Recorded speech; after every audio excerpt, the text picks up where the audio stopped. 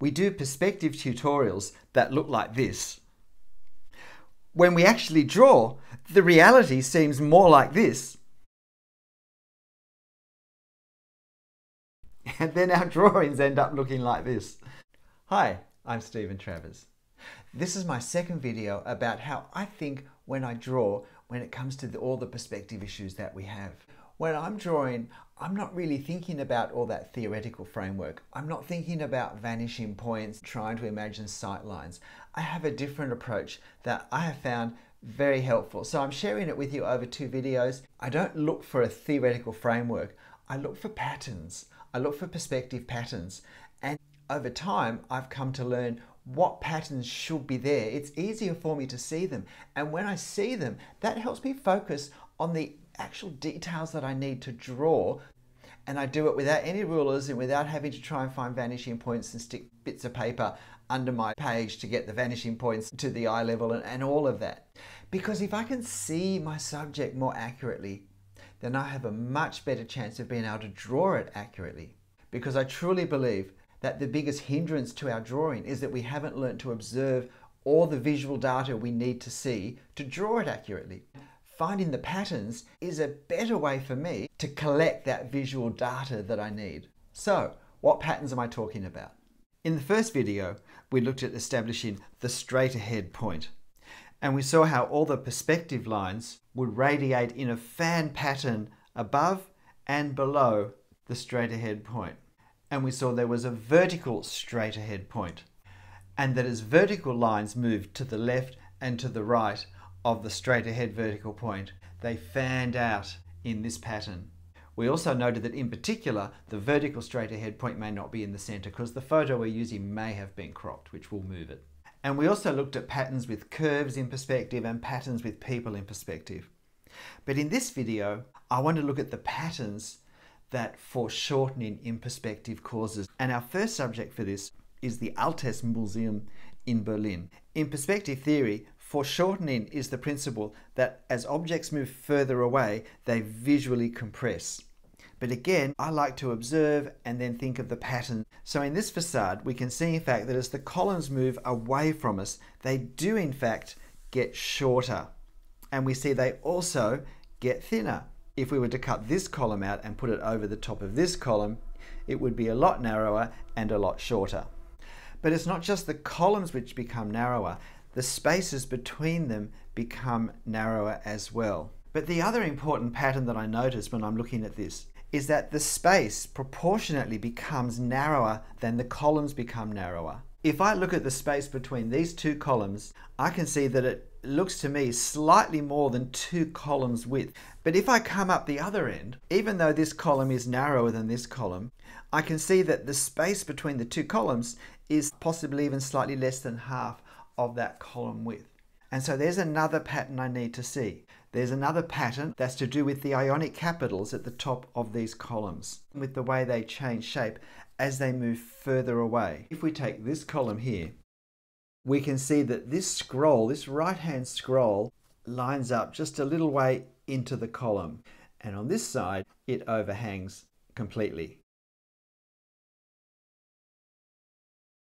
But if we were to look at the column up the other end, in fact, this scroll work starts close towards the other side of the column, and the left-hand scroll completely overhangs off the column. And so the pattern is this scrolling ionic capital facade slides further along on the top of each column in this viewpoint as the columns move across. The other pattern that I see here is to do with where these statues are positioned. If we align the left-hand side of each column with the sculpture on top, we can see as the sculptures move along the top of the roof, they move more and more to the left of the column that they sit over. The pattern is that above each column, each statue moves a bit further along. There's another important pattern connected with foreshortening that applies to windows. We can see that this is the straight ahead point, and we can see how our perspective lines fan out above and below. But in this example, I want to concentrate on what's on the pattern horizontally, not the pattern vertically. Horizontally, we see the windows narrow. So to draw a straight line from here straight across to the other side, it's going to be a much longer line than from here to the other side here. We also change the view. It's not just that the window narrows, but we change our view of the window as they move further away. It doesn't just narrow. We can see here in this closest window, we can see half, I suspect, of a double paned width window. So here I expect there's 4 panes of glass. We can just see one column because this stone divided column hides the second one, and the thickness of the wall hides it on the right hand set. But if we look at the next window along, we actually see a lot less of the glass than we do in this window. And if we're tempted to think that's just a narrower view, if we come to the next window, we don't see any glass at all. We just see some of this white wooden framing. And if we come to the next window, all we see is a hint of this horizontal support. And if we come to the final window, we see none of the window whatsoever. We just see the thickness of the wall. So it's not that this view has become narrower. The pattern is that we just see less and less of the view as well as the window becoming narrower. We can see the same thing happening down here. If we look at these 3 windows, we can see that in this closest window here, we can see 1.5 of the panes of glass. But even on the other side of that window, we can see 1.25 panes of glass. And if we look at the next window along, on the left-hand side, we don't see any of that second pane of glass. If we look at the furthest window, we see 1 pane of glass and we don't really even see any of the timber support in the middle. So we see less and less of each window as it moves across. And again, if I see that pattern, it makes it easier for me to draw it. So knowing that there's less and less of the window to draw within each window, it lets me make them narrower and narrower. In our first video, we saw the pattern how circular lines on our straight ahead point appear horizontal, but the further they go away from the straight ahead point, the more rounded they become. But this pattern also can be seen in interior scenes. Our straight ahead point is here. We see in fact that these curved lines angle in our fan shape. We can see that they fan up in an upward direction above our horizontal straight ahead point, and they fan out in a downward direction as they move further away from our horizontal straight ahead point. But we also see that the curve increases, that here we have a very slight curve, and here the curve is going the other way. It's a little greater than this one because it's just a little bit further above the horizontal straight ahead point than this one is below. But as we follow the balcony curves further away from our horizontal straight ahead point, we can see that the curves become greater and greater. And when I see that pattern, I can make sure that as I draw, I increase the curve even if it's just a little bit. I would draw the top curve and the bottom curve really carefully, and that makes it easier then to fit the other curves in between those two. Here we have one wing of the gloriette. We have pairs of columns joined by arches both down the side and across the colonnade.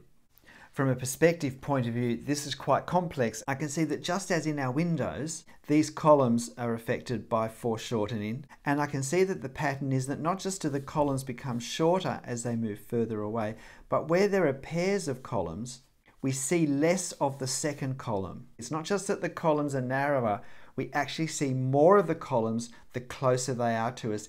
This second column in the pair of columns closest to us, we can actually see more than half the width. But if we were to look at the second column in this furthest pair of columns on the same side, we can see that we can't even see a quarter. So we don't just narrow the column, but we actually see less of it. The first pattern I see is that when I look at these arches that join the paired columns down the side, I can see that the further the arch is from me, the straighter the curve is. And so this curve is almost a straight line going up, whereas on this curve, it's a much more rounded curve. So I want to make sure I capture that pattern. When I look at these curves connecting the paired columns across the arcade, what I see is in fact The further away these arches are, the rounder they are. And as they move towards me, they become slightly less curved. Every arched line becomes less arched, less curved as it comes towards me. If this roof were to continue coming over the top of us and we were standing right under one of these arches, it would actually be two straight lines going above us. So again, we can see that the pattern is for these arches to flatten slightly the more they come towards us. And the other important shape to notice are these circular recesses set into the roof. We know, even though these are oval shapes, even though they're ellipses in fact, if we were to stand under one and look straight up, it would be a circular shape. It's important to note, we're not just looking at ellipses that get smaller. Our view of each ellipse changes as it moves further away. So in this closest ellipse, we actually can see the entire circular lip of that ellipse. But in this second ellipse, we only see half of it. And in this furthest ellipse, we see much less than half of it. And so it's not just that this ellipse narrows as it gets further away, but our view of that ellipse changes. And that's a really important pattern to see. That will help me draw it more accurately. And I can also see the pattern that this decorative wreath on the ceiling changes position in each ellipse. It moves upwards in each ellipse until in the third ellipse I can't see it all. Again, if I see these patterns, it helps me in my head draft my architecture more accurately. Well, that's how I think when I do my freehand architectural drawings. I'm looking for the patterns, and architecture is great because there are so many repeated elements that are all the same on the same level, horizontally or vertically, that it creates lots of patterns. And this gives us an advantage in observing our subject. We look for the patterns, they help establish in our mind more firmly what's happening in our reference, and that has to be an advantage for accuracy when we draw. Why not give it a go, thinking in terms of, I need to find the patterns and see what they are. And maybe you'll find patterns that I haven't seen. I hope you do. The important thing is when you draw, have fun, and I'll see you next time. Bye-bye.